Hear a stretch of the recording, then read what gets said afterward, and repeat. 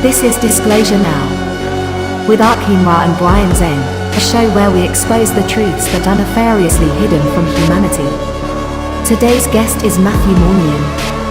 Matthew is a professional psychic and intuitive practitioner specializing in the removal of negative energetic manifestations from the body. Today's interview covers an extremely wide range of topics from energy healing to extraterrestrial contact. This is Disclosure Now with Arkim Ra and Brian Tseng, and today we have Matthew Mournian on the show. And I think I'm just going to hand over the microphone, so to speak, to you and just let you introduce yourself. How about you introduce yourself to our viewers or listeners?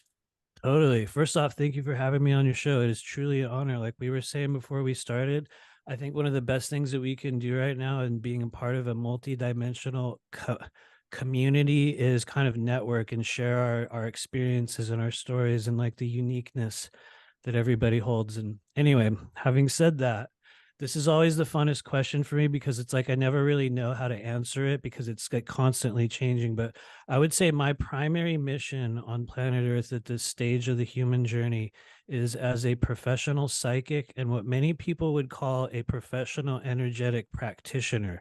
I used to say healer, but I think that's kind of like an overblown word now. I use the term practitioner. Because what we're essentially doing is helping people learn how to move energy through their bodies and open up layers of non-physical anatomy. And so, most of the real healing happens within the individuals that I see on their terms in their own body. But what we do on a daily basis is help open up our chakras, our meridians, energies around the organs. Very, very helpful for people that have experienced phenomena such as entity attachment, which is very, very common in this day and age. Implantation, which is also very common, but a very, very misused and often just very haphazardly thrown around term. There's so many forms of implantation. And then really any form of energies that get stuck within the body. It's kind of been the only thing that I've known how to do since I would say 2016. And so, we've been doing it with people all over the world, and I guess it just keeps going. So I must be doing something right. But anyway, I hope that answers it. No, it totally does. So I know a little bit about your background. I watched your interview with James, and I find it interesting that you have like a background in like I guess what you could call like mainstream clinical, I don't know, mental health, I guess. And I thought it would be interesting to maybe talk about looking back where you were then and how you looked at the world and how you looked at like people's trauma, how they deal with their psychological issues, stuff like that, and then compared to how you look at it now.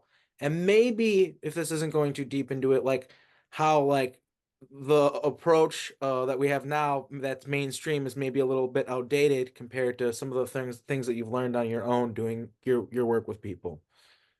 Oh yeah, thank you. That's a lot of stuff, and I'll start by saying yes, it's incredibly outdated, and I hope I hope I can track through such a good question because there's so many cool things to say in there. I would say first off, my primary occupation before starting what I'm doing now was in what we might call mental health treatment, but I'm going to be totally real with everyone. I was on a very, very low level of that process, and I was working primarily in homeless outreach with veterans in San Diego, California, in a chemical dependency treatment center. I won't say the name of it; it's kind of well known across the country, but my primary occupation at that stage was just in case management and working with very low level hypnotherapy. I was just getting started in that at that time, working in group therapy, things that they call relapse prevention in the world of chemical dependency treatment, and a host of other things. But I got to be real, it was on a very low level basis. And for people that know me, they will know that really that was just my life's response to being a traumatized drug addict at a very, very early age. And so my sort of timeline shift came even further back from that when I had gotten sober at a much earlier age, around the year of 2000, right when the the Y2K thing hit and everybody got weird. And I was going through a dark night of the soul at that very stage of my own journey. And so fast forward many, many years later, like a lot of us on that path, we end up kind of going into an healing area, within that framework. And so I ended up in veterans treatment, which honestly, which was what led to the awakening journey that I had, which, going back to your comment about, mental health treatment, had I have been, what we might call observing myself or considering the symptomology that I had during the first 90 days of my awakening journey, if I was still filtering my experience through what I had learned in, the old school realms, I would have diagnosed myself as having a schizoaffective, disorder and gone to a psychiatrist and got back on meds. And I want to be totally real with you guys. In 2012, I did that very same thing. I could feel something like literally some kind of energy like exploding out of my body, which is crazy. You know what I mean? At the time, everybody was talking about, like the Mayan calendar, and I was like very much in the nuts and bolts ancient aliens world of UFO stuff. And coincidentally, to tie in with your timeline, Arkeem, that was around the time when I first became aware of the Montauk Project, which was a monumental discovery for me in this life. It was something that I was just rocked by it. And I think because of during what was going on with me at 2012, I was having what is essentially just an incredible crown chakra opening, which a lot of people are going through right now. And when that happens, for everybody who will see this later on, a lot of your psychic abilities will just instantly turn on. They might not stay on, but they'll turn on. And so in that year, when I was going through this crazy eruption of energy, I came across Montauk Project. And it was one of the first times in my life where I was able to practice a skill that I do now, which is what I call tracing a timeline or looking at a person's timeline. And I was able to look back at the events that were described. I think it was, I can't remember the guy's name. Was it Preston? Preston, Trying to think of it. Yeah, there you go. I remember reading his book, and I was able to kind of pull out what I call scenes of data that were existing in, multidimensional space. And at the time, I did not have the language to understand that I was actually viewing something that had taken place. I took it as me going through something crazy. And so I was doing that with everyone around that time. I would look at clients at work, or I would see people, that I knew, and I would just get lost in this energy of I could see them sitting on their bed 2 days earlier, putting their shoes on, and I had no idea what to make of it. And so in 2012, I went and got back on meds, and I went to a psychiatrist. I was like, I'm losing my shit, man. And they're like, oh, okay, cool. Here you go. And I suppressed it until 2015. But I will pause there because I just want to say one other thing. And then just to go back to your question, I think that we are coming up toward a major redefinition of what many of us understand as mental illness through the lens of this great awakening journey, where we as a populace, as a community, are starting to understand a lot more about the way energy works. And I think in the coming 10 years, they're going to be interlinked in a way that we just haven't seen. Right now, spirit and science are still two very, very far timelines apart from each other. And so I think they're going to be intersecting. But anyway, I feel like I just dumped a bunch of stuff out on you guys. I'll pause.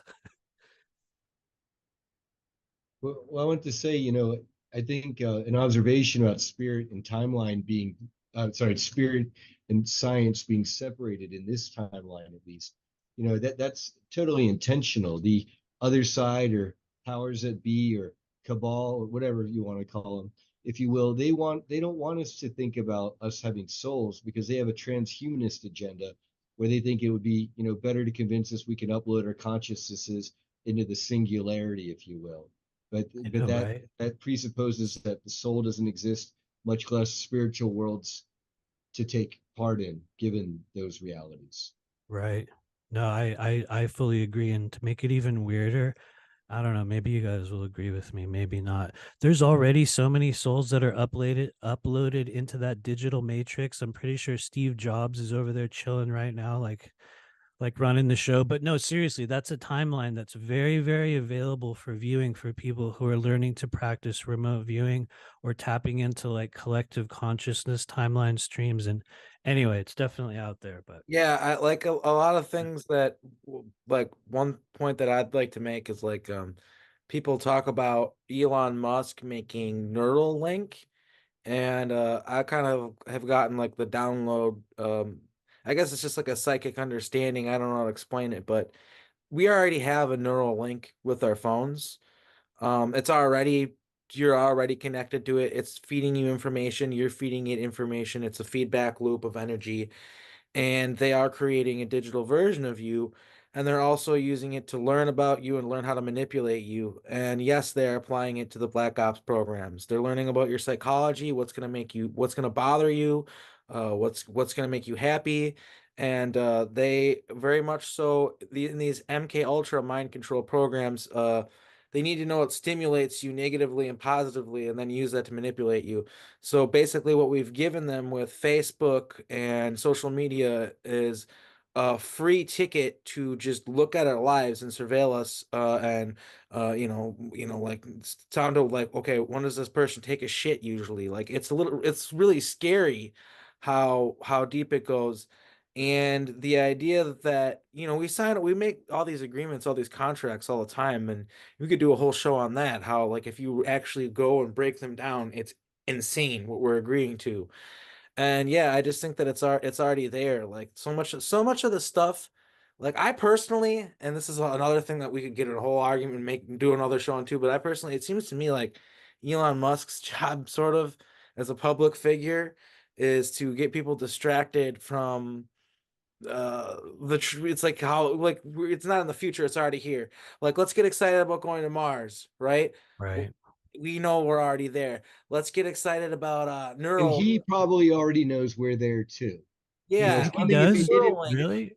It'd be right. Neuralink. It'd be one thing if he didn't know and he's trying to get us to the red planet and give us some money for that. It's another thing if he knows And behind I the don't mean to scenes that there are jump derail kits the to do this. conversation in here with, like, No, no, please. but Yeah, yeah.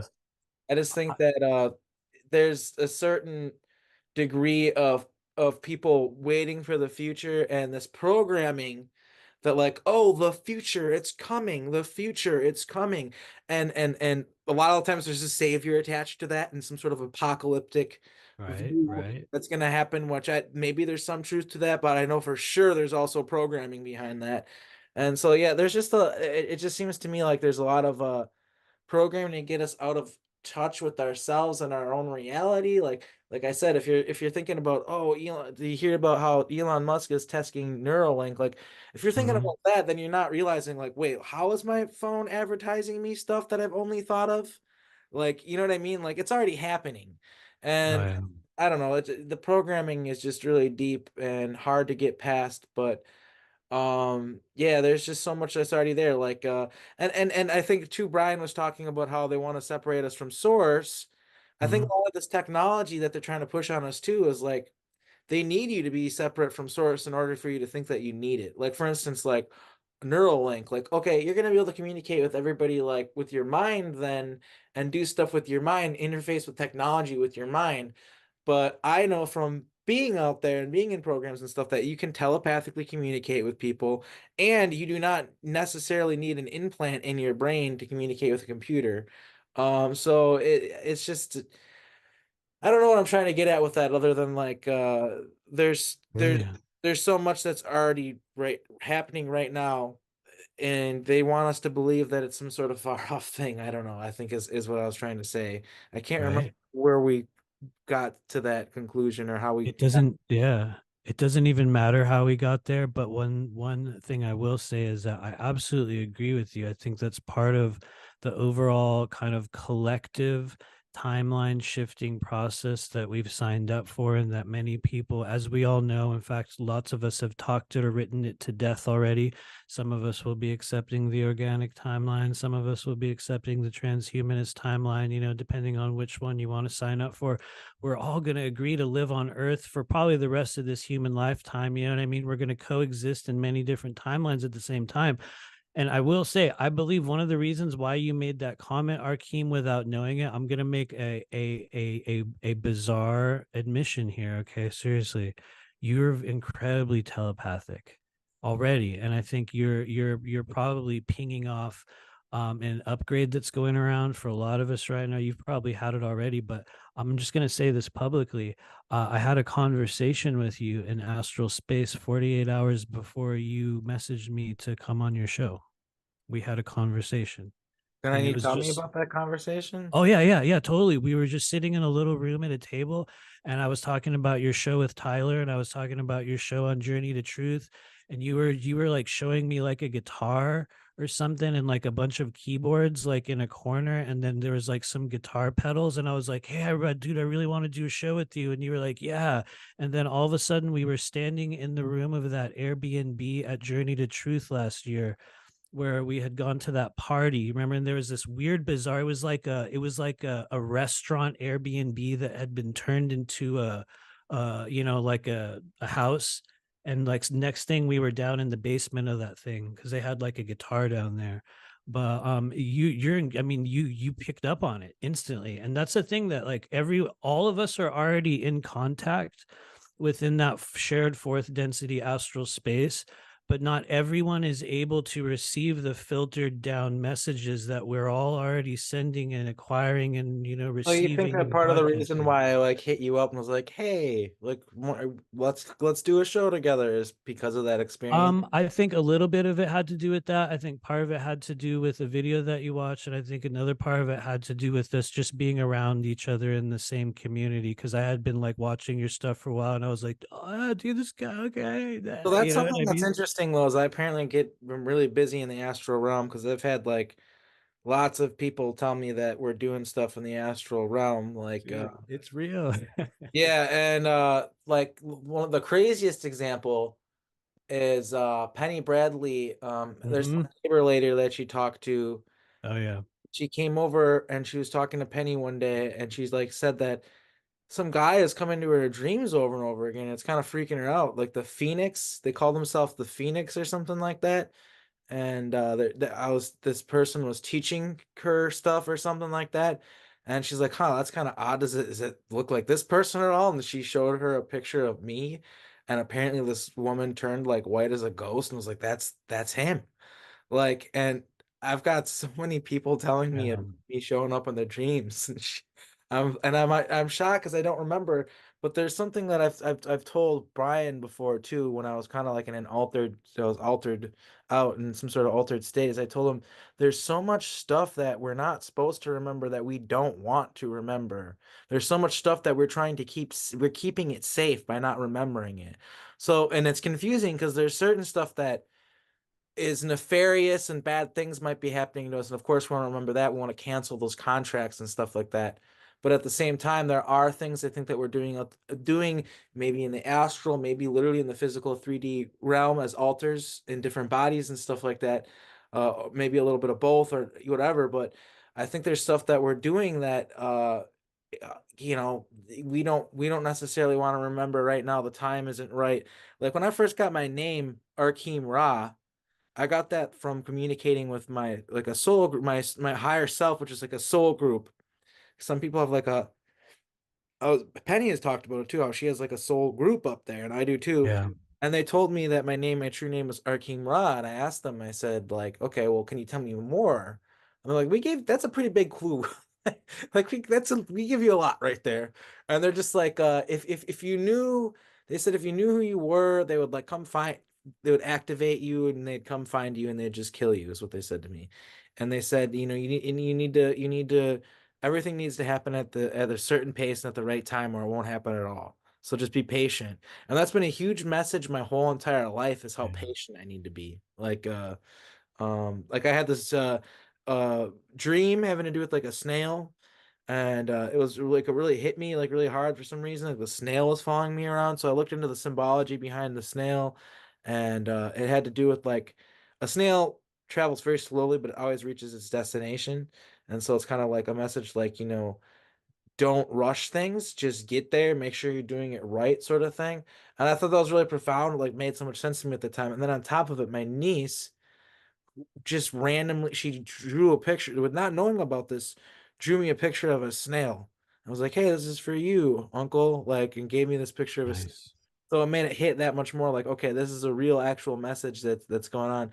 So yeah, I really do think that some of the amnesia that we have and the separation of alters and consciousness, uh I think I don't mean to get ahead of myself. I'm not claiming that I'm correct. I don't know everything, but it seems to me that like some of it intentional on our own part. Like there's stuff that we don't want to remember. There's stuff that we're trying to keep secret. There are things that we are trying to protect from these negative forces that have been messing with us. I don't know if that makes any sense.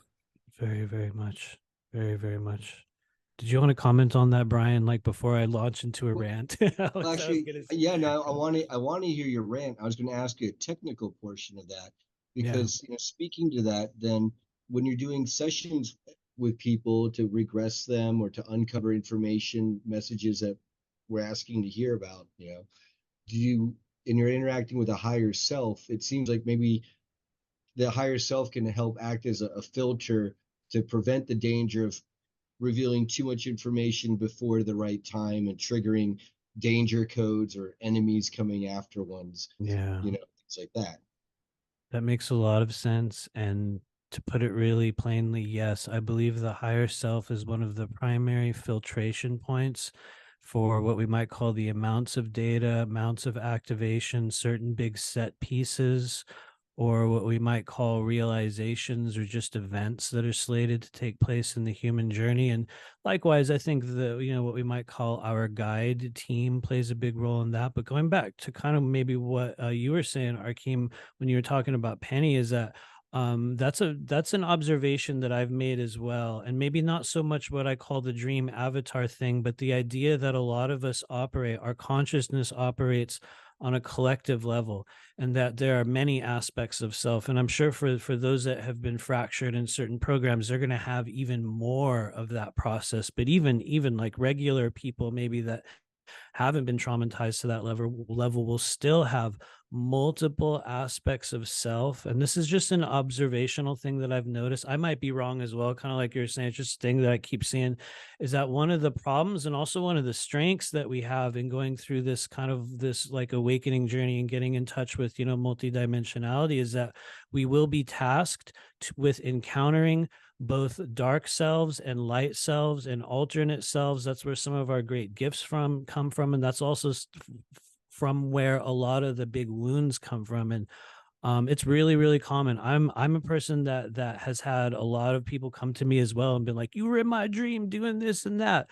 Thankfully, I'd never done anything super bizarre or weird in their dreams, because I'm like, I haven't heard about those ones yet. But I think that's really, really common for people that will have had either a partially activated or like a knowingly activated kind of aspects of self or light body elements, and for people that are unknowingly activated. And so I guess basically, not to go on and on, but that's a convoluted way of saying there are many selves of you within this multidimensional space, and lots of them are going to be having experiences with a host of many beings and consciousnesses. And some of it will make it to us, some of it won't. But there are places that you can work with within your energy body. And this will be a good thing for anyone that sees this, because one of the things people come to me for a lot of the time, very, very regularly lately, is, and sometimes I feel silly saying it because it sounds kind of, I don't know why I always feel vulnerable saying it, but people come to me and they're like, "I think I was in some kind of thing, or I was taken, or I was abducted, or I was in a program, or I was in this, or I was in that thing." And people that know me will know I'm famously like, "Oh, really? Okay." But what we find is that there are layers within the energy body wherein those memories really do sit. And a lot of you guys have already heard, DNA contains past, present, and future of everything. Yes, absolutely true. But I have not seen too many people that are able to actually work with DNA within our soul group on such a level that they can just look at it and tell you everything. Like, we're all figuring it out together. And one of the things we figured out more specifically within the physical body is that there's places you can work with to help your memories come back. If you have suppressed, even scream memories in the body, and I'll tell you one of the main ones for everybody out there, it's your hips, it's the groin, it's what we call your psoas muscle. For anyone that's not familiar with it, it's spelled PSOAS, and it's a big muscle down there in your hips. It holds your legs on your body. There's been multiple books, all kinds of people have talked about it. Some people call it your emotional core, but it is sort of a nesting ground for traumatized experiences and emotions from this life and beyond that will like compressed in the body. And so for people that are wondering, what's a thing I could do to help start recovering things? open the hips, open the psoas. People will come to a stage in this life where they'll start strengthening their pelvic floor muscles. Those are exercises and a number of things you can do. And the hard part is you will also retain traumatic memories. So a lot of stuff will start coming back in, but also your fascia. The fascia, your lymphatic system holds incredible data. Many things the body tries to erase will still remain in those. And I'll just mention one more, which I think is probably the easiest one to work with for a lot of us right now. The crown chakra. It's absolutely one of the most important places on your energy body. It's one of the reasons why some people will never come to a full awakening journey, because this one little valve on the energy body remains closed and they're unable to receive certain, energies or whatnot. And so anyway, I will pause there. Oh no, I mean Go ahead. that's you just mentioned opening your energy, your crown chakra and that valve, and how a lot of people can tend to miss that, especially if they're stuck in the lower chakras. Um, is there a particular, when you say work with the crown chakra, is there a particular technique or thing that you're Oh yeah, advocating? totally. So first off, I would say like everybody these days has a technique for energy clearing or energy healing that can do essentially the same thing that I'm about to describe. And I think that's one of those things. You see a lot of people in spiritual community, they're like, we're working with the Arcturians and we're working with these guys and we're working with so and so. And everyone wants to claim a frequency of energy, which is cool. I don't actually claim a frequency of anything, but what we do claim to do is be able to create dilation, which is really important, like an actual chemical, physical, or what we would call biochemical dilation of energy centers, which is what will happen when you start to open the psoas. But one of the ways in which you'll start to dilate energy centers, the way that I use in the sessions that we do is a technique known as scalar toning, which is a really, really convoluted way of saying, and this is always a fun one. I literally make sounds into people's bodies. I know that kind of just cheapened it the way I described it, but it is. We start to broadcast an audible tone from the physical body. In some cases, it's just a hum or an actual tone that we create. In other cases, though, I have a series of phrases, which is essentially an ancient language that was previously used on Earth and in a number of realms.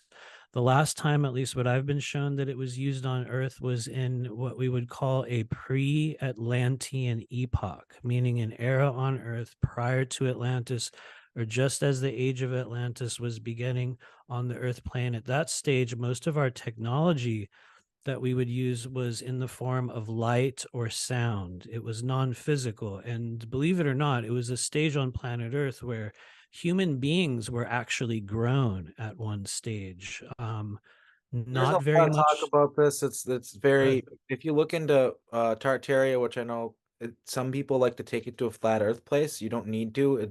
That I agree. it's not necessarily flat Earth at all. But there's so much, man.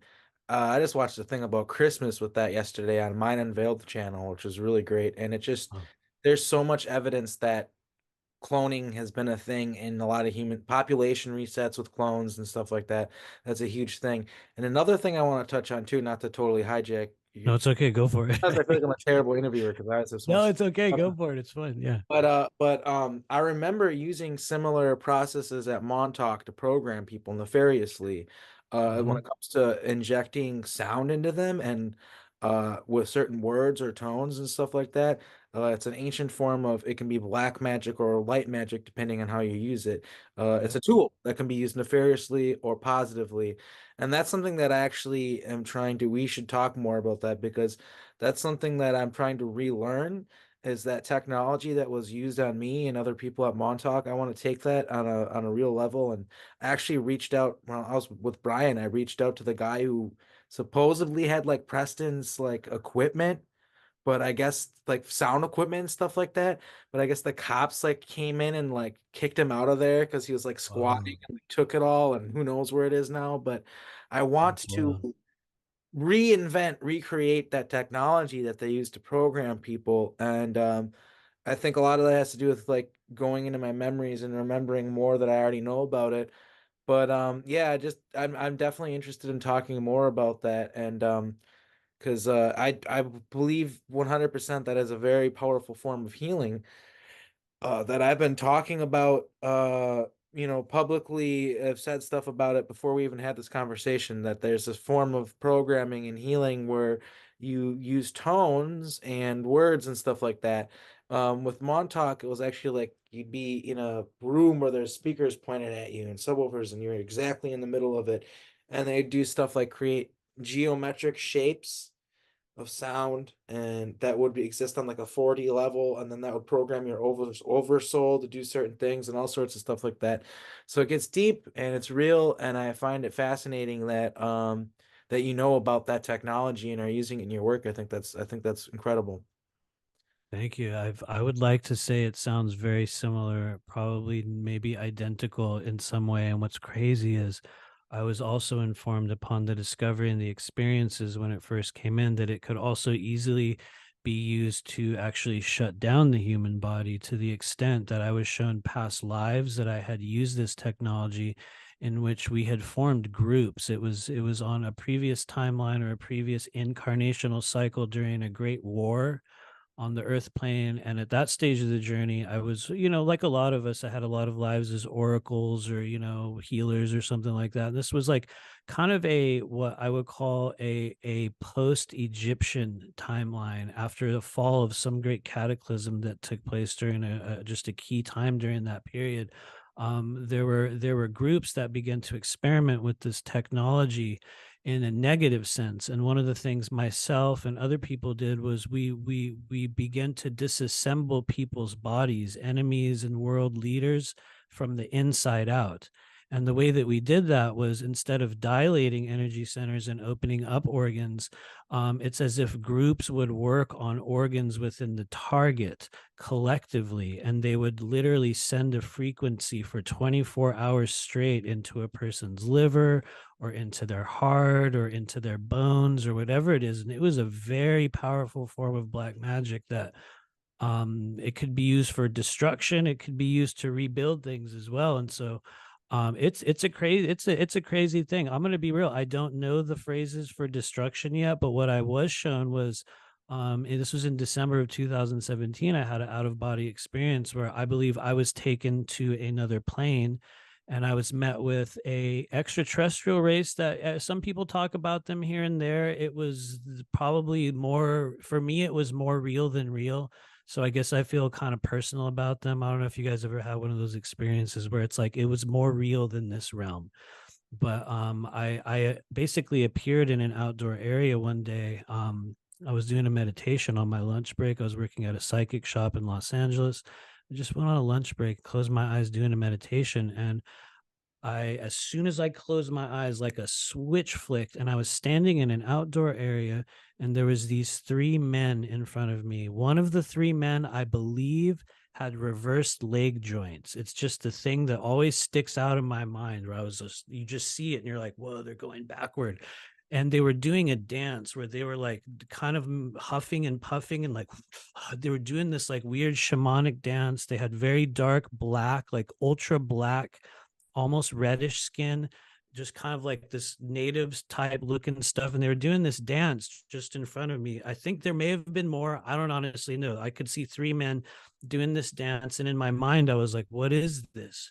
What's happening? They came up to me and they put their hands over my body. They did this thing, like they made a wall over me with their hands. And then they came back around, and one of them came up to me and put his hand out and went and blew this mist in my face. And as he blew the mist in my face, I was immediately transported to this indoor dwelling space. Some of you guys will pick it up telepathically because it's a thing I've talked about on a lot of kind of interviews and stories over the years. But it was like almost like an African looking dwelling, like a very rough cut kind of hut type of a dwelling, very earthen. And to my right over here was like a stone table, and on the stone table was one of those beings, but it was a child, and it was a boy, and he was like laying on this table kind of mangled up, and I could see his head, and his head had this huge gash on it. There was a gash on his forehead, and it was like glowing, and it was like throbbing, and I remember just looking at it like what? and I watched myself, which is always weird when you experience stuff like this. It's like I did not choose to do it. I watched myself, like a movie, go over to him and put my hand over his head and remove this glowing mass out of his head that looked like honestly, it looked like a slug. It sounds so cheesy every time I talk about it.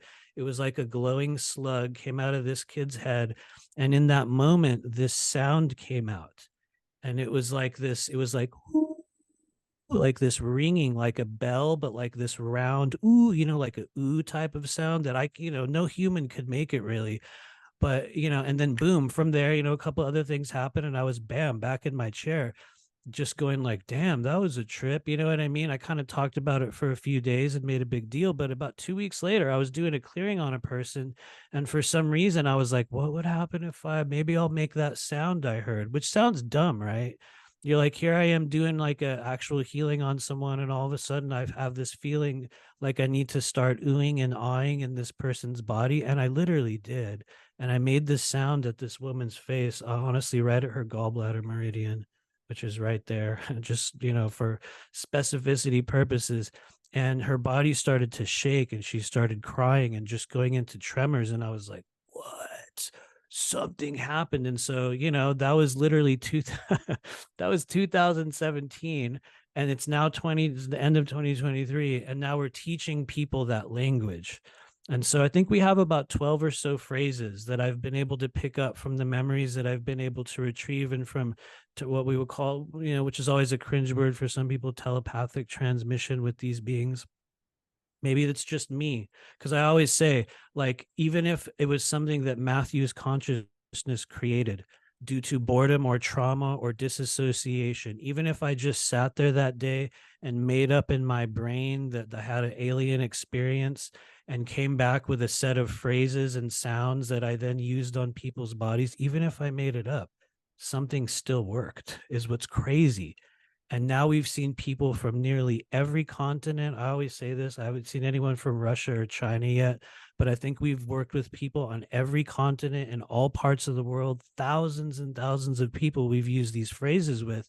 And so it's like we've seen that they work. It's some kind of what some people call words of power, which is even a cheesier phrase when you look at all the lore and fiction around stuff like that. It's like, oh, really? Well, what Okay. it is Go to ahead. me, my interpretation of it is light language. It's light language, and what light language is it's pure language, meaning it's mathematical. The tone light language is a thing where uh you could be speak it in it here and come across the race of beings from way across the universe in a freaking another timeline or whatever, and you could talk to them in this language and it would be very similar if not exactly the same, because there are certain tones and combinations of tones and stuff like and frequencies of sound that have power behind them and mean certain things, and they literally do certain things. And that's something that we could talk about, do a whole show on, is the bastardization of human language, the whole Tower of Babel story. Yeah. Oh, I yeah. think that that was a bastardization of light language and a separate, a way to separate humanity and make us less powerful. But yeah, I think that's probably a big part of it is and it's just an example of the fact that yes, words do carry a power, and it's light language, and it's important. I think it's an important thing for people to understand is how they've bastardized human language, and they even use it to program us by having certain words mean the opposite of Mhm. what we say and stuff like that. And we have certain sayings and words that we say that like have hidden double meanings behind them, and we don't realize it. And so there's a lot of really weird stuff going on there with language and sound. And yeah, I just think that you've stumbled upon like a powerful light language activation uh tones, really, is what you've stumbled upon. And I think that that's something that hopefully we in this community learn more about and stuff, and eventually are able to use the power of these light languages and actually speaking with them together. It's something that I've also noticed too is like sometimes certain people in this community, individuals will trance out, and it happened at Montauk, and we spoke in some sort of like dead language to each other, and we could understand each other perfectly. There's even a part where James was recording it, and I can't remember exactly what she was talking about, but one of the people was like saying all this stuff in the light language, and I could understand it. And then she said a little bit of it in English, and you literally hear me say like shit, like on the recording, because it's like I knew what she was saying, and then when she switched to English, it was like it was verification because she was continuing what I was already, and I was just like, this is like we were literally speaking. Like I don't know how to explain it. I just could speak this language, and we all could speak it. And yeah, that's it. That's I think not to like beat this dead horse here, but I think that's part of what you stumbled upon as Very a much. form of light language. It's extremely powerful.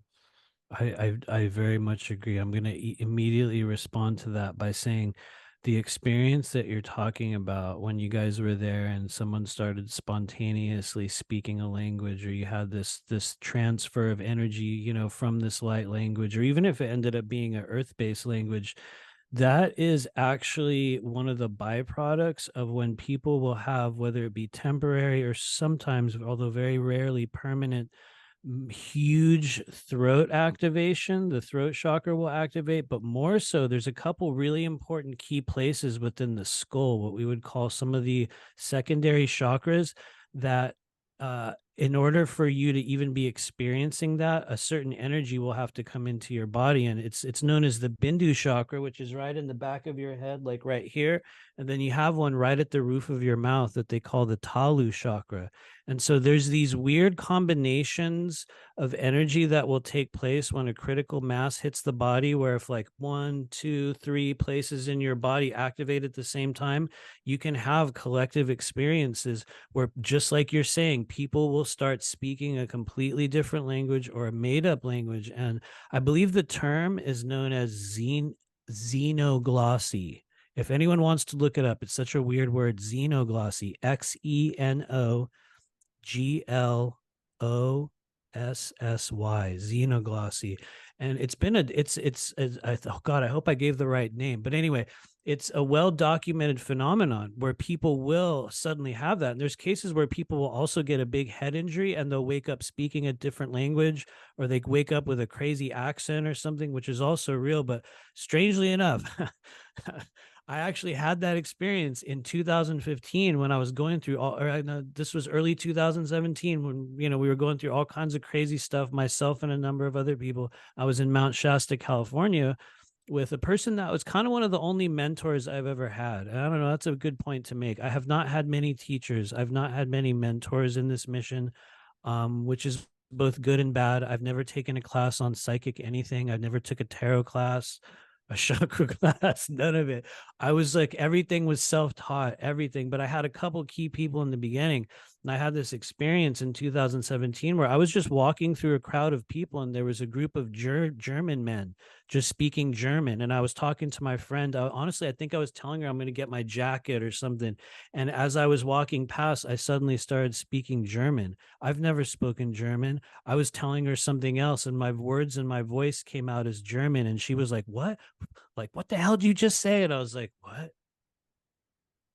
And it was like, boom, it was right there. And those are real things that happen, man. It's very real. Congratulations. You know,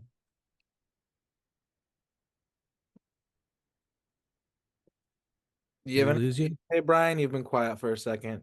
Yeah, I was gonna I saw a lot of screen movement. I was like, yeah, uh-oh, something's you going know, I'm on. trying to get my tabs all sorted out It's properly. all good. Um, Prior to us going into this recording here, you're talking about having your own reptilian face-to-face experiences, and that leading to learning about how to do a certain type of clearing process. And I was hoping if you could share that with us. Definitely. And part of this is probably important because I know that there's a lot of deep, what we would call genetic programming and inbuilt genetic trauma and fear surrounding reptilian energies, reptilian DNA, our own reptilian traits, reptilian guides, reptilian forces. The Orion group has been assigned as the universal negative force throughout the galaxy when it's really not the case. But having said all that, but well, no, let's be real, it is, but they're not the only one. But anyway, having said all that, I think a big aspect of kind of my mission and the awakening journey and kind of some of the frequencies that we're bringing online into our collective in the coming years has to do with the reintegration of reptilian energies, what we might call reptilian guides, reptilian aspects of self. Like I was saying earlier, a lot of us are connecting with multitude of aspects of self on a daily basis, a momentary basis, and they will come to us in the form of what we would perceive as other beings, but in many cases, they're literally us on another plane. And I believe this was in 2020, maybe 2019. However, my year timing is bad. They all kind of bleed into one, but it was during the time I was living in Los Angeles, which is important to mention how this whole thing went down, because I was living in a part of Los Angeles. I think it was called Miracle Mile. It was just this kind of place off of Wilshire, just a little teeny apartment, you know what I mean? And I would live in this, I think it was like a 400 square foot apartment me and my wife were living in. And I was doing all my sessions in there and everything. And then going to, our bed was literally five like feet away from where I was doing work all day, every day. And a lot of really crazy shit went down there. And I believe, yeah, this was early 2020. Where I was just doing a meditation. It was literally one of those days where you're just doing a meditation. I laid back on this bed, I closed my eyes, and within seconds, I was inside what could be described as like a hive. And by hive, I mean a structure that was essentially like hexagonal. And maybe it wasn't hexagonal, but like these kind of shape-like structures in this sort of earth and hive type place. And I could just see like columns of this hive, and right in front of my face within, like a second, was this massive reptilian being. He was, and some of you guys are going to get a really cool telepathic image of this. You can also pick it up by the left eye. For those that don't know, the left eye is a really good cheat code for receiving telepathic downloads from people, but you'll get it less conversationally and more of an internal image. And so that's what we're sending out. But I was perceiving it basically in front of me, a massive reptilian being, looked like a living dinosaur mixed with a dragon. The color of this being was kind of sandy brown, dark and black, kind of all mixed together. This being was standing in front of me, just kind of just there. And you know how the human mind within those moments is just going crazy. And I'm standing there looking at it. All these questions are running through my mind. My body's trembling, and I could feel it pick me up and kind of turn me over and turn me this way and like twist my body around. And it was as if I was being examined within that moment. I remember asking the question, like, what is this? Who are you? What is happening? Is this real? And he said, touch me and tell me if I'm real. And I put my hand out, I touched his face. And within that moment, I was sent into something that I guess is kind of like an energy transfer thing. It's funny because I've talked about this so many times now. It sounds silly when I talk about it now. But at the instant of touching this being, and it was like I touched right here on the side of its head, I was taken through this flash of scenes. And I believe what took place is there was an energy transfer that happened. I was shown the home world of this being. I was shown some of the tendencies, the belief systems around their people. I was shown the structure of their, what we might call a family or a caste system, all the way down to certain rituals that they would conduct alongside friends and family members that to us as humans would seem absolutely barbaric and hideous. And for them, it was very normal. They had no problem with it. But it was as if he had pride in showing me these things, all the way down to that this race of reptilian beings would herd and keep what looked like pets. And they had like these kind of like iguana looking smaller beings that would accompany them on like just places. And they showed me probably the most gruesome ritual kind of interaction that I saw within that moment. The one that sticks with me now was that there's a process of honor killing that these reptilians would go through, wherein when one of the family network or one of the village or whoever it is, tribe, I don't know what the right term is, when one of them showed weakness or cowardness or sickness, they would do a ritual killing where everybody in the vicinity would all just descend on it and take a piece of it and rip it to shreds. And I was shown that process, and it was gruesome, but it was like they were proud of it. And it was, for me, it was, I wish I could say that it was cool, that it was awesome, that it was like this amazing, like, whoa, I had this incredible journey with this being that showed up in the middle of downtown Los Angeles in my bedroom and took me to this astral plane and showed me reptilians. I wish I could say something cool came out of that. But to be honest with you, it did not. The language and the modality that I got came from those very shamanic dark beings that I had encountered, and some experiences I had later on with their tribe and their group, where, you know, they actually gave me the language. I heard them singing it. But with this particular reptilian being, what I've come to understand later on in the years since was that it was part of a reintroduction for a very specific purpose, that myself and probably a lot of other people, I'm nothing special in this, a lot of people in our soul group carry a lot more reptilian DNA. It's just a much bigger aspect of who and what we are. It comes with a lot of what we might call risks. It comes with certain benefits. It comes with, you know, how I always use these weird or these like analogies. You know how in school, you guys, some people were really good at math, some people were really good at sports, some people were good at this or that. There's a lot of people that are really, really naturally talented at intuitive and energetic things. And one of many reasons why is because some of us have a much more expanded amount of a certain type of energy with our DNA. And for me, it was reptilian energy. And so in the years since, I've come in contact with people that have actually been able to point me to some of the places exactly where they originate from, the reptilian beings that do work with me. There's actually two places which I can freely mention here. I've never actually mentioned them on any interview ever.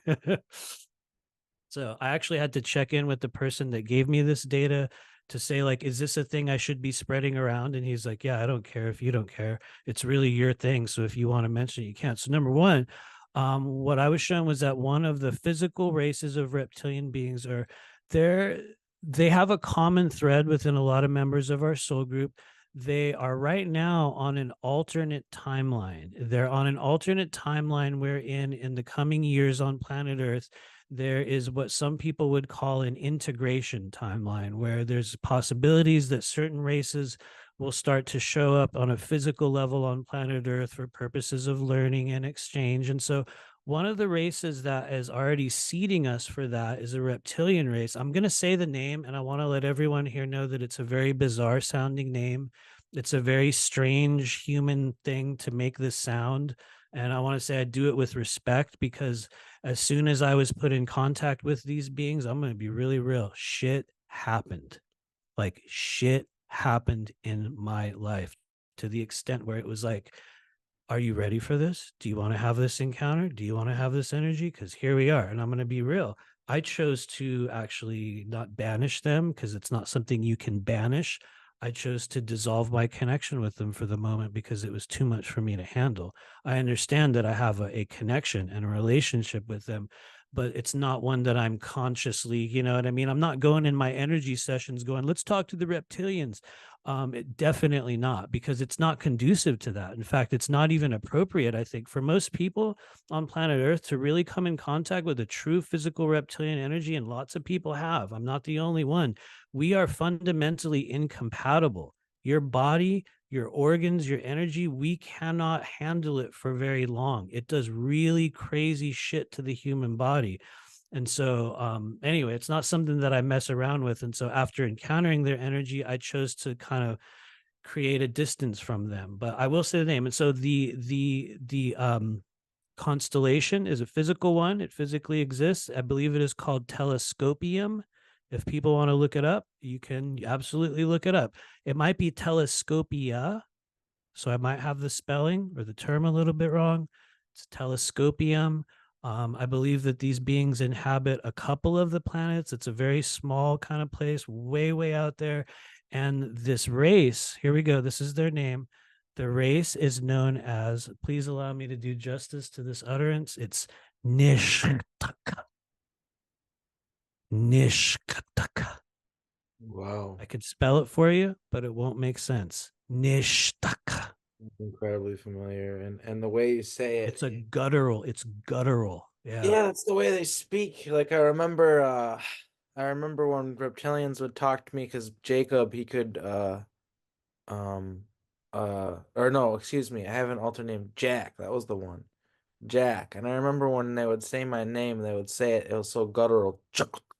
Like the way they talk. I don't know, like once again, like you said, no Yeah. disrespect or anything, but they talk very like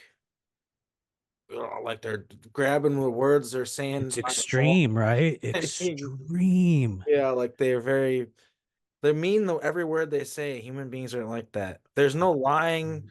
There's no I don't know how I can't say it. I shouldn't point them out the same brush, but like the draconian royal empire, honor is really important to them. And it's kind of like what you said about the weak getting eaten alive and stuff like that. Yeah, that's exactly how they operate. And they believe might equals right. They Yep. believe that like for instance, if some group were to come in and be more powerful than them and they're gonna hand their ass to them and they know this, one of the things they might do is say, well, let us just join your empire and serve you. Because you're more powerful than we are, so that's what must be what the creator wants. So Right. yeah, and that's they're not the only ones who look at things that way, and it is a good way to survive. I will say that because it's all about having alliances and protections and stuff like that. You think about like eh, the like the mob or something like that, or like gangs and how they might operate. It's kind of a similar way, and of course governments operate the same way. They just don't want us to realize that or talk about that, but governments very much so operate like gangs. And Oh yeah. yeah, but they have an honor system that we don't seem to understand. And the like when you say their words, the way I said, it's kind of hard to explain it, but I think the best way to explain it is they mean every word they say. They're, Oh they're yeah. not gonna trip over their words. They're not gonna second guess what they're saying. They're not gonna say something that they don't mean. Whereas human beings operate entirely differently. We might trip over our words or say something we don't mean or whatever else. They're not like that. So and yeah, they're very intimidating to deal with. But I think one of the things that you're talking about where we have to kind of like get past that, like the reptilian energy and stuff like that, and how intimidating it is. I think it's important, but I do have my qualms with it. I do have my fears about it. I don't know. Right. I guess it's like because these people I've seen them eat people alive. Have you seen them eat children alive? I've seen them do some messed up things, but I try not to. There's a very important thing that we need to do in this community, like people in general, when they start waking up to and start looking at the galactic picture, is that you can't paint you can't paint people with a broad brush. That's like what got us racism here on Earth. Like, Right.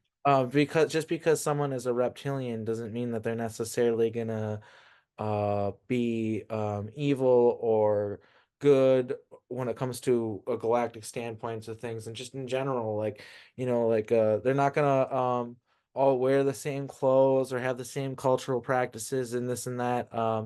It's so much more complicated than people. It's sometimes hard to wrap the one's mind around about how complicated it all gets and all the details behind it. But you can't paint them with the same brush. It's not like that. It's more complicated than that.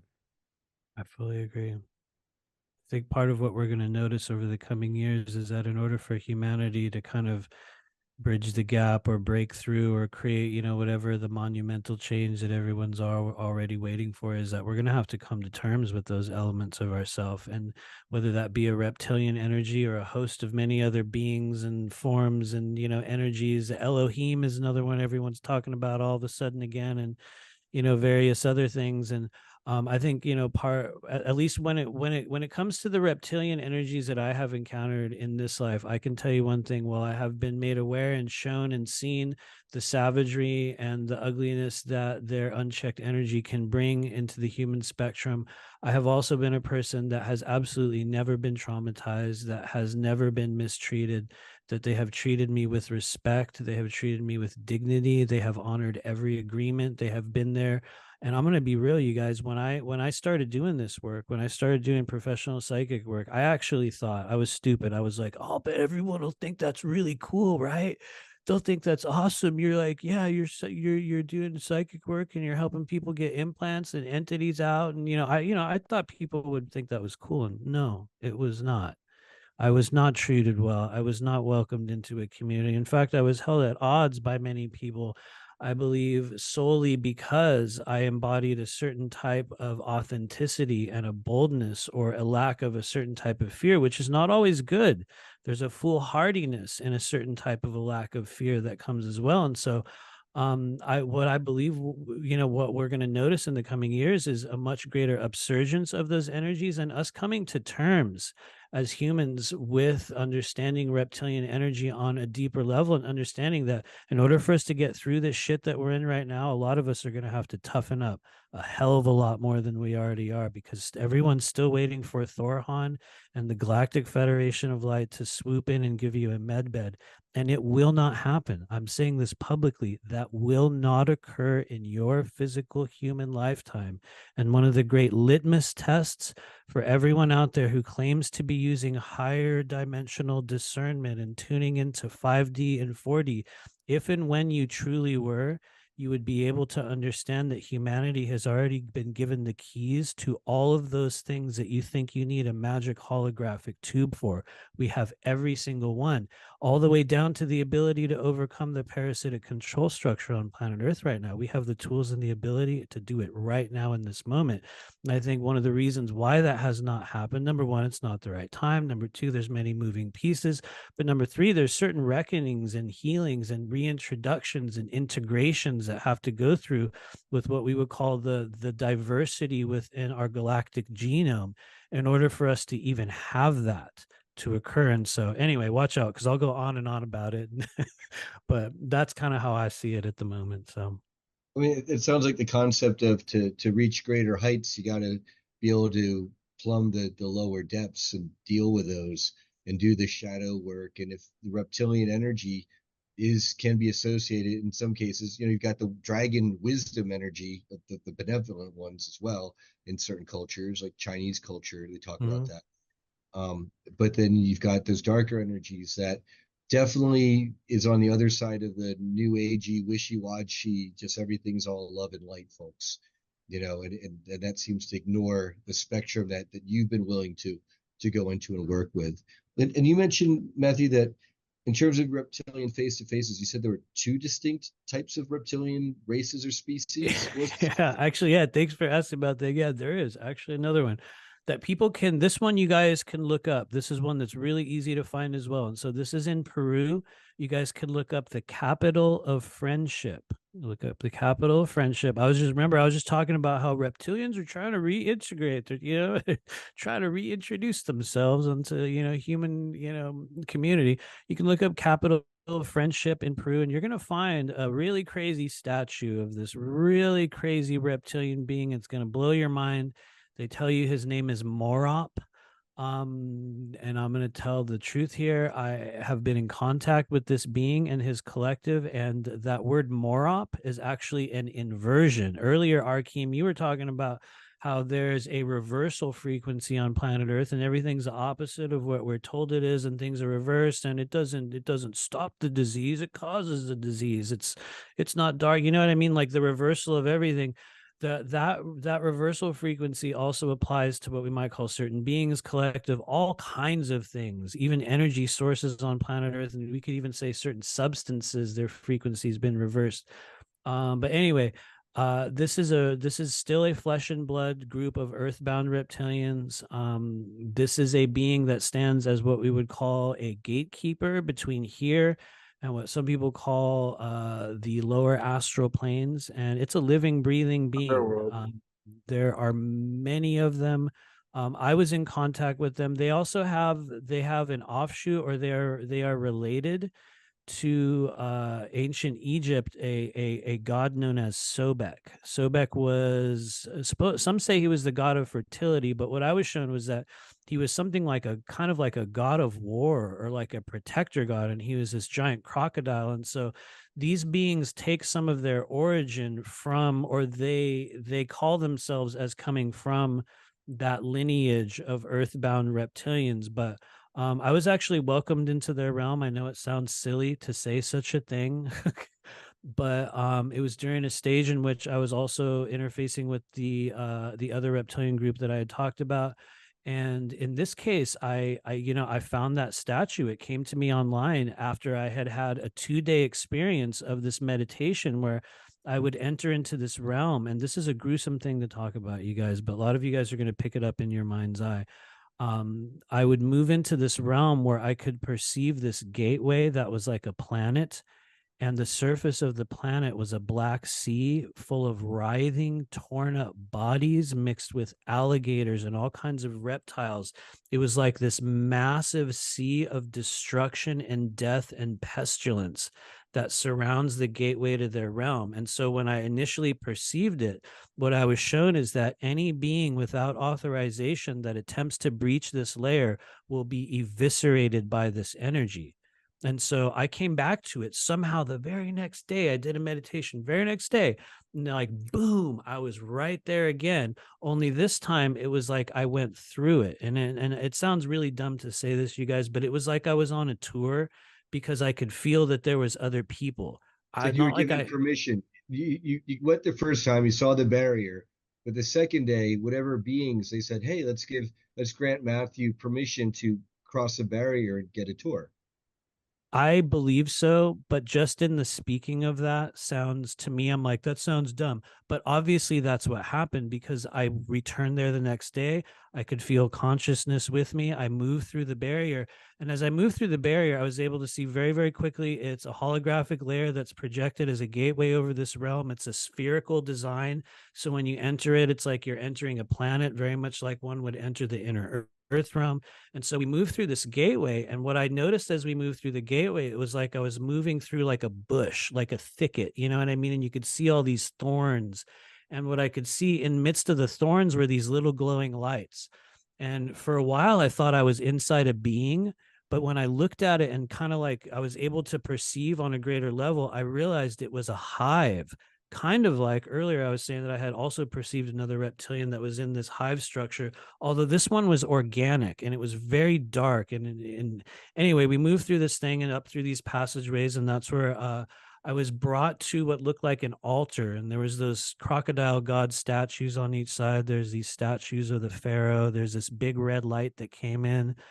And I was brought up this long stairway as if we were going up a pyramid, and we went up to the very top of it, and there was this red doorway, and the doorway opened, and get ready for anticlimax, and something came out of it, and I don't know what it was because I couldn't see it.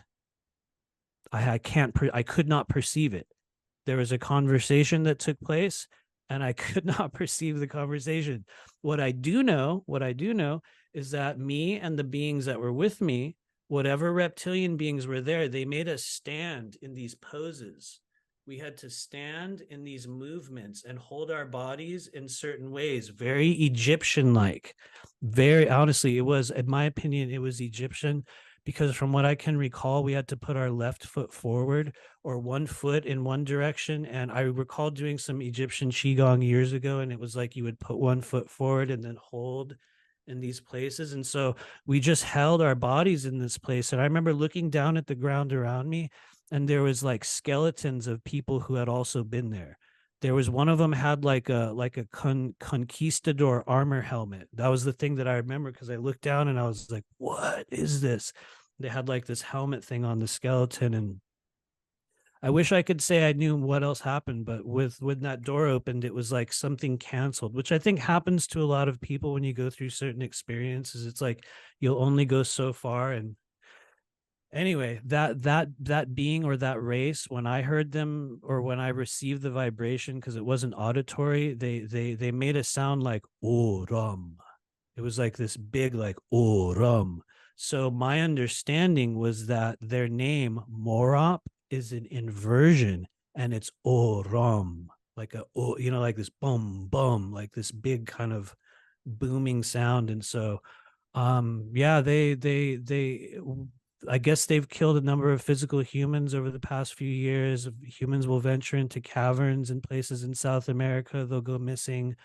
It's a yeah, they're pretty gruesome beings, but they taught the humans a lot. They taught us a lot of shamanic clearings. They taught us how to remove spirits of the dead from the living. Beings They are taught these- us. which Go ones? ahead. Yeah. Which beings are you talking about? The alligator-headed ones, or the ones that look like the statue in Peru? The statue in Peru. Okay, just wanted So They're kind of yeah. the same, right? They're linked. They're those They two are. Well, what I was shown was that they are related to the ancient god Sobek, which, if you want to get technical, sounds so dumb, which I've also encountered, but not directly. But anyway, so yeah, they're still flesh and blood. They're still existing down there. There was a period on Earth where they were able to live alongside the natives in that area, and they coexisted quite well. They were given, there's a lot of exchanging that took place. But yeah, they taught us proper funerary practices, how to embalm bodies, how to remove living spirits from dead people, how to cast out certain energies, a lot of ritualistic things that people would think of as looking like voodoo now, using kind of things like animal blood and just very, very strange old world shamanic practices. And so they're still out there. They're still active. In my opinion, they are one of the races that are very responsive to humans, because they have a karmic relationship with us, because they've walked alongside us on planet Earth. They have a karmic relationship that, it sounds cheesy to always use the ascension term, but they're going through an ascension process. And in order for that to happen, they have to be able to become available to, I guess we could say, right certain wrongs. Because some of a lot of the very severe practices that we have around ritual sacrifice, as many people know, come from reptilians. And what I understood later on, and I know I'm going on and on with this, so I'll pause after this next part, but what I understood later on after having a QHT session, and I believe it was early September of this year, by a man named Drago Reed, nonetheless. You guys should have him on your show. He's incredible. But I had a QHT session, and I was shown that one of the reasons. Great. Yeah. Yeah, okay. We've actually been. I've been in communication with him, and we are trying to get him. Yeah, Let's hear about this. He is legit. Oh man, where was I going? QHT session with Drago. Oh, thank you. I had a QHT session, and I was shown that one of the reasons why it had been easier for me to connect with these earthbound reptilians, and also the reptilians that we might call off planet or on another timeline. Get ready. This is going to be even. I know there's going to be so many people that are going to watch this and cringe. They're just going to be like, oh my God. And then Matthew said this. No, I'm not in a secret space program. That's not what I was going to say. What I was going to say is that there was a time on Earth where a number of us had incarnated in group form, meaning that one of the early stages of incarnation for souls as they go through the journey on planet Earth is that during that process, we will incarnate into the bodies of many beings at a time. And one of the incarnational cycles I had was in South America in a much, very, very long time ago, in which my soul came in as a reptilian entity, and I actually incarnated in the body of an entire tribe of South American people. And it was very ugly, because we were part of a group of beings that influenced them to begin the processes of human ritual sacrifice. And we literally altered their timelines. We altered their lives by influencing these beings. And it was a stage where a consciousness can act as a sometimes permanent and also temporary group walk-in. And so that's an experience that a lot of souls have had as we've encountered on Earth. And so to make it even weirder, as I had encountered as I had incarnated as a being that had disrupted their timeline, I actually came back in a later incarnation during a cycle when I had served as part of the Knights Templar for many, many lifetimes. In fact, it was like a repeating timeline, which is bizarre because some of us will have an incarnation where as soon as we die, we'll return right back to the same time and live that process over again from a different experiential point of view. It's like you can be multiple people in that incarnational process. And so what happened for me is that I incarnated again as a Knights Templar many, many ages later. And part of one of the missions we undertook was to go to South America to actually kill and find a reptilian being that had been inhabiting and infecting certain native populations to engage in ritual practices. Our assignment was to retrieve or kill the being, to obtain their technology and their knowledge. And so I actually went back to face myself and the group that I had come from in a later life. However, we were unsuccessful. And that reptilian consciousness that was inhabiting and controlling those tribes had become so powerful at that point that it actually chose to murder the entire tribe of beings. All of the people were murdered as sacrifice for that being able to return back into the earth, and was never caught. So it's a bizarre twist and turn where we go. And anyway, I hope that makes sense, but got pretty weird out there.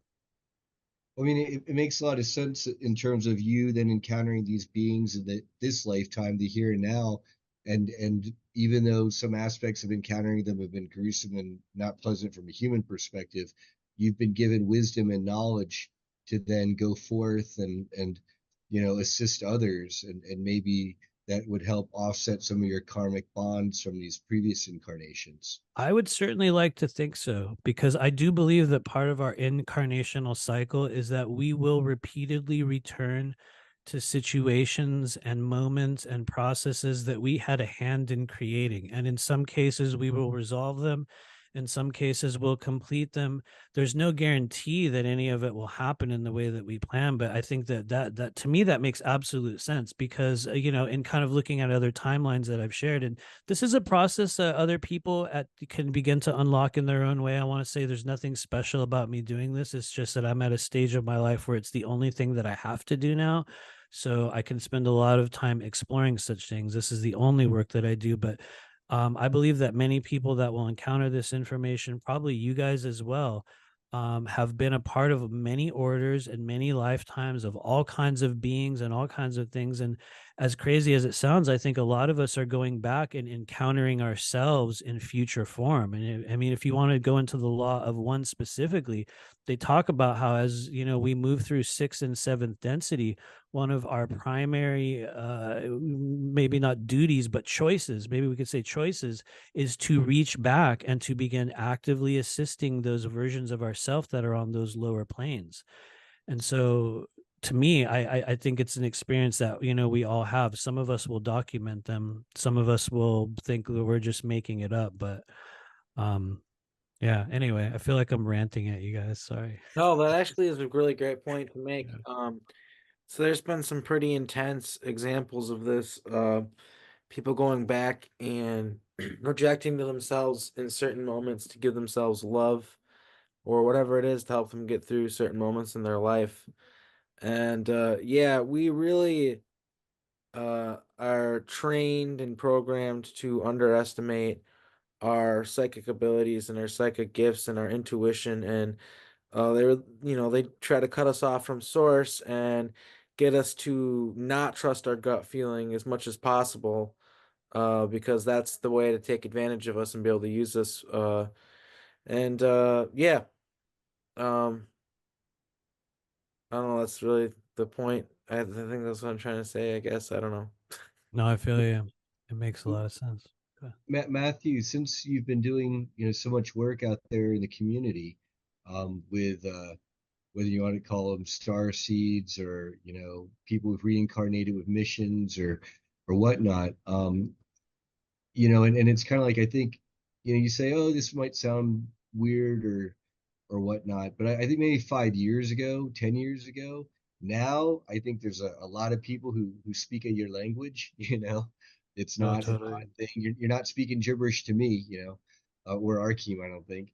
Um, what do you see out there amongst the masses? And then, in addition to like everyone awakening, do you see a general a flow of the herd, a general direction, or is everyone kind of just like a herd of cats scattering every which way? It's a very good question. And I think maybe it sort of depends on where the momentum within your primary soul group is leading you. Meaning that I think depending on who you're associating with and what you're interested in and what sort of kind of themes of current reality you're following, it could be a very, very different experience. I would say if there was a forecast that I would have in terms of maybe something that I've been working with, things like psychic activation or activation of multidimensional channels within the body, I think where we are going as a collective, um, what I've been seeing, honestly, and this has been years now, so this is funny because somebody asked me this a couple years ago, and I'm about to give the same answer that I'm going to give now with a couple things added on, but we are still knee deep in a collective throat chakra activation, meaning that that's a really big kind of catch-all term for a wavelength of higher dimensional, more purposeful, more authoritative, more meaningful, more authentic conversation and expression that's coming from people, whether you're in this soul group, whether you're in like nuts and bolts UFO disclosure soul group, even if you're in like a political soul group right now, because some people, the be all end all right now is world politics, but for a lot of us, just being able to continually express and explain and voice our truth, literally the way you guys are doing right now on this show, the way I do on mine, the way lots of people in our community are showing up on YouTube or in some form, and we're just talking about our experience, we're sending a message even if we don't know what it is.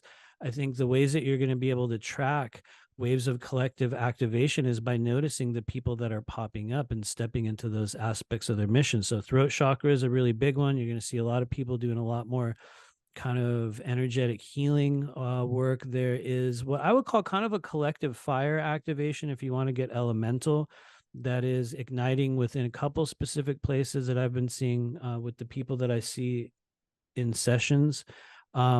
Sacral chakra is a really big place right now. And so trickling down into our experience, that would mean that people's experiences with passion, passionate creation, also in releasing shame, are very, very important for manifestation, because sacral chakra is one of the untapped reservoirs of manifestative ability. And a lot of people are also on what we would call like which is kind of a false construct, I'm going to be real, but some people will claim to be on a twin soul journey, or whatever that is. And some of that will also have to do with activations in the sacral chakra. As we go through that process, we begin to experience and connect with people intimately on a much deeper, different level. That coincides with the pericardium, which is a place I've been talking about a lot. If anyone watches our channel, they'll probably hear me talk about it. It's the layer that surrounds your heart. It has everything to do with who you connect with, how you connect with them, how you perceive your body image, how you look at yourself in the mirror, how you receive love, how you give love, who you're attracted to, who's attracted to you. All those mechanisms and behavior cycles in your life, it's not that they start in the pericardium, but that's just one of the channels in the body where a lot of it goes. And so those are places where people are experiencing tremendous change. If you want to go into the meridian body, I would go, with pericardium's a really big one. And I would say gallbladder and liver energy. And so what does that mean, experientially, is coming to terms with resentment and anger and rage, in some cases hypervigilance, which is like a kidney energy.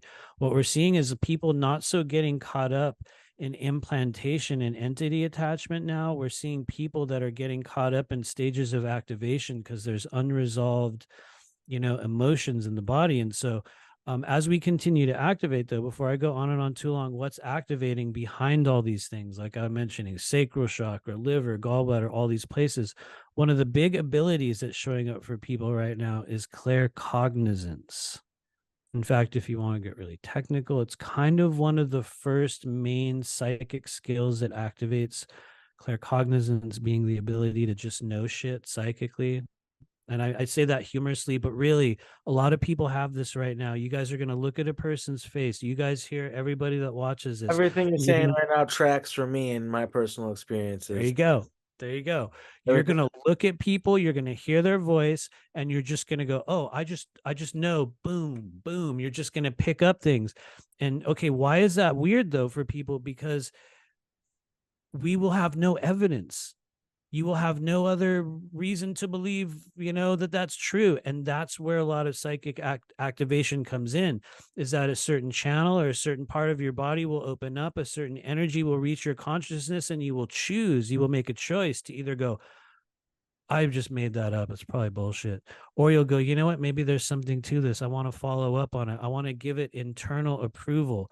We have to give ourselves, I know this sounds silly to some people, but we have to give ourselves direct authorization to begin to perceive higher dimensional energies. Some people will do it through trauma. Some people will do it organically.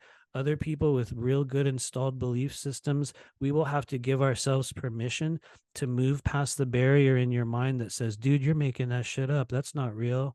You just made that whole thing up." And the crazy thing is sometimes we are. That's what's crazy, is that we're learning to understand the differences. And so claircognizance is one that's going to come in where you just know things. Another one that's very common right now is telepathy, which shows up in many different stages. I'm a good example of low level. I'm not like it's like I know enough to know I know nothing. And it's like you can send a mini text message telepathically, sometimes a really good one, but I'm not having full conversations with people telepathically, for the record. I talk about that a lot. I have in the past, though. What you'll notice is that's a fleeting state where it comes in and out, and you'll have to maintain pieces of yourself. But what we are experiencing very effectively is the ability to interface with another person's consciousness, just like I did with Arkeem. And here's the thing, Arkeem, maybe you've already thought of this. You're probably going to do readings and healings or some kind of work in the future, because you're a very bright light on the astral plane. It would make sense why certain things have happened to you, because some people are just noticeable, and they'll be like, "Oh yeah, there's that dude." Yeah. You know what I mean? People are going to find you. And so the way that you can learn to use that telepathic ability is to find the image of that person, go into a meditative state, this is an important part, create a meeting place within your internalized realm where you will encounter their energy. That's one of the most important parts. They call it the control room. Other people that use structured hypnotherapeutic or certain types of remote viewing practices will also have a similar technique, but you create a meeting space.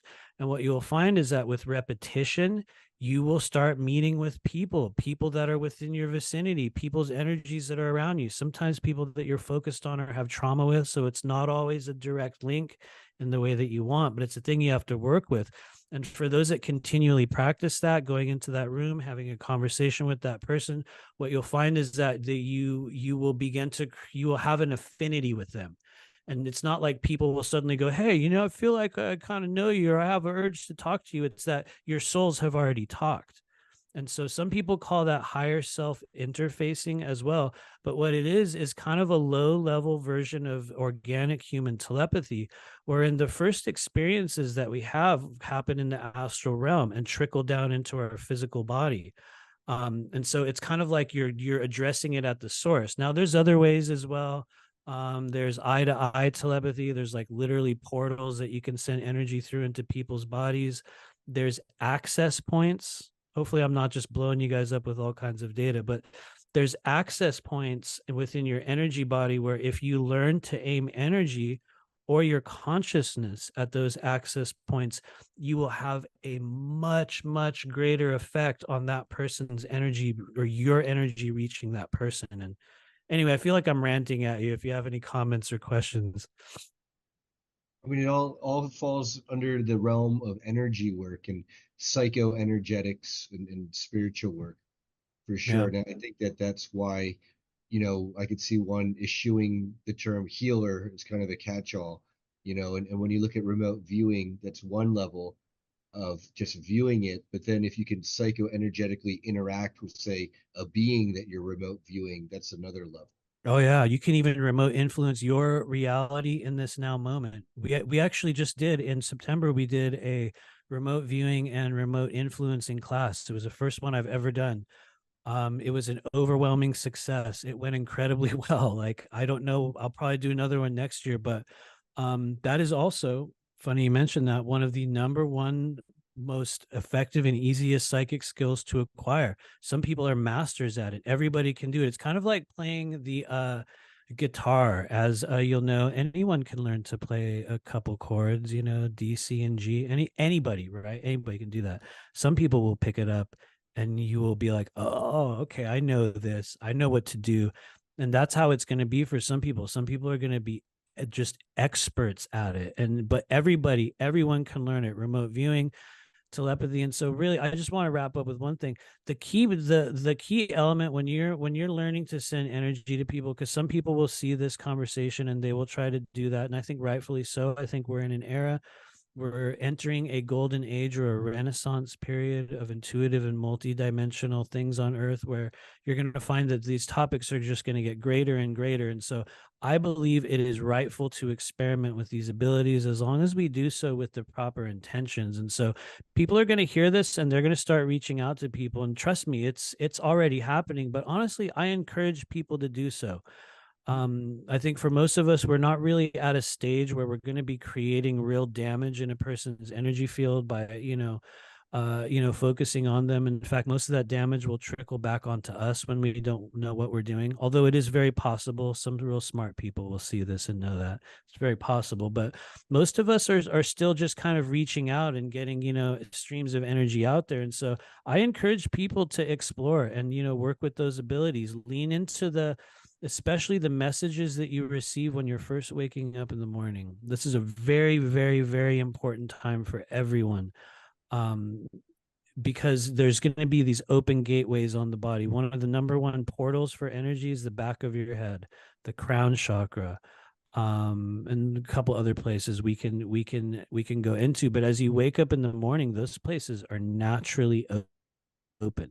They just naturally dilate as you're dreaming. And so a lot of people are going to receive sort of downloads or energy as you wake up. It's incredibly important. It's kind of better than the sleep one that happens as you're going to sleep. But anyway, I could go on and on.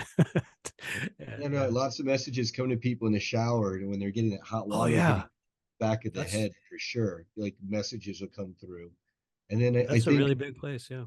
when you're talking about doing energetic work and people learning how to do that, especially at a distance, I find like the most effective way, at least for me, that I found in my own just experiences, is that as long as whoever you're thinking about, you're sending them love and thinking about them in a loving way and thinking about what would be best for them from a higher perspective. It's kind of like, well, this is hypothetical. Let's say I had a cousin who was suicidal somewhere across the country and I never got to see him. But it doesn't mean that psycho-energetically I couldn't send that person love and, maybe like hope that like a nice cat is going to come by into their life, that they can, be a companion to them and just send them that love and that can make a difference, and again, that's very different from say trying to send out negative energy, because what you send out will come back. I very much agree. I've also noticed the higher self will stand as kind of an arbiter or a filtration mechanism for people that are sending untrained, just jagged energies out. And, when you're sending, and it sounds kind of trite to say it in such a way, but when you send loving and positive, high vibrational messages, and you're attempting to do so telepathically, there's a lot greater chance that the receiving person's higher self is going to allow that energy in, rather than you sending like a fuck you message to them. You know what I mean? It's like a whole different ballgame. But here's where you got to get really real, because at the same time you also can send horribly bitter, disabling, negative energy into a person's body at the same time. So it's like this weird, like, what? It's absolutely possible. It's really all about intention. And then a missing ingredient that honestly I should probably mention here. Hopefully I'm not making this too too long for you guys, but there's a major missing ingredient within our kind of energetic soul group, within this, group of beings, that I think gets overlooked so often. Everyone talks about, abilities. Everyone talks about star beings. Everyone talks about the galactics. Everyone talks about this or that. What a lot of people don't talk about is that the prime source of energy within your body that allows you to use those abilities and maintain those connections and open up the portals within your energy body is your vital life force energy, the chi that exists within you. And one of the things I rarely see is people within our community that are in an influential perspective saying, you need to begin opening up your energy system through things like qigong, through breath work, through a lot of people talk about detox and parasite removal, which is incredible. It's one of the key elements. But there's a deciding factor between people who have these experiences for, like a few months in 2023, and they get in touch with the Galactic Federation, or, a mantis being comes in their room. And I'm saying it humorously and kind of, sarcastically, but I mean it sincerely as well, because these experiences do literally happen for people. And the deciding factor between them being just a thing that happened for 3 months in summer of 2022 and it being a normal part of your life that you are working with and coming to understand, the deciding factor is cultivation of your energy body, continually restoring and doing self-clearing work, learning to work with your chakras. It's not like you're going to become a healer, but honestly, number one most powerful tool I have ever picked up since 2015 was qigong. Above anything in this living human world, it was the first time when I was actually able to control the intensity of emotions that I was receiving from other people. It was the first time I was able to control the triggers that I would just get from seeing people out in the world, and I would just absorb their shit and like just sit there in my own world, like, just like, how we do in like our own mind. I was just in there swirling around with it. And I was, beset by all kinds of entities and beings and horrible, horrible traumas as a kid. That's like 4 other shows altogether just in that statement. And the first time in my life when I was ever able to control it or have some sort of solidity where I could go, like, kind of sounds dumb, like in the Matrix, where they're like, when they just slide out of the way, was when I started doing qigong. It was the only thing that changed it. And so I hope everybody does it, but hardly anybody does. So anyway, I've heard of from a friend of mine living in China. He doesn't live there anymore, but he lived there for quite a long time. He said that he saw commercials for, like, basically, like, it said, like, on TV, like they basically would say, like, if you practice qigong, you're gonna get like taken over by demons and all this crazy stuff, and you're gonna want to kill your family, and yeah, all this weird stuff. And then I also had like a teacher in high school who turned out to be a mason and like a handler and stuff. But anyway, he told me how his wife went to China to learn qigong, and she had to wear a blindfold when she got on the plane and got flew to the wherever this place was where she learned all this stuff, because if the Chinese government knew where they were, they would go in there and kill them all.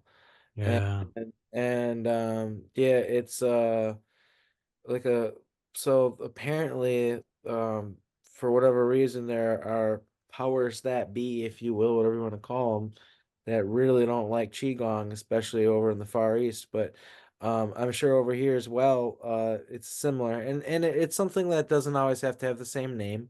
People might call it different things. But yeah, it's deeply powerful spiritual practice that has practical use in the real world, big time, and there's a lot behind it. And yeah, something to think about. I haven't really personally thought about it in a long time, but I'm glad that you brought it up, and that kind of reminded me of all that. yeah. I honestly recommend it to everyone, which always sounds, this is literally how it goes. I'm this guy that's all, you should do this, you should do this. And like nobody ever does, but like inevitably there's one person that will email me every few months and be like, dude, heard you say this thing on YouTube and suddenly I'm doing it. And now all of a sudden this illness is gone and that thing is gone. And for the first time in my life, I'm doing this. And I'm like, dude, I know, right? And so I say people will come to it if and when it is needed, but other people will find a completely different way. I think that's just the path that I took. And I think if there's one thing I've learned over the past few years of teaching people how to do the very same things, is that there will never be a one size fits all method for awakening or strengthening or attuning the human energy body on any level. There's no one size fits all. And that was a thing I had encountered very early on, because when I first kind of realized that I was meant to do psychic work and I just launched myself into this, I was blessed because immediately I was self supporting. It was like a miracle.